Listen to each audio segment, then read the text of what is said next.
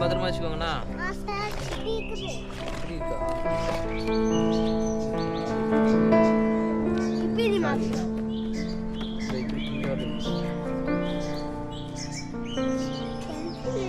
அக்கா பென்சில் இருக்குல்லக்கா? என்ன எவ்வளவு பென்சில் இருக்கு? எல்லாம் ஷேர் பண்ணிக்கோங்க. ஆமா பென்சில் பத்திரமா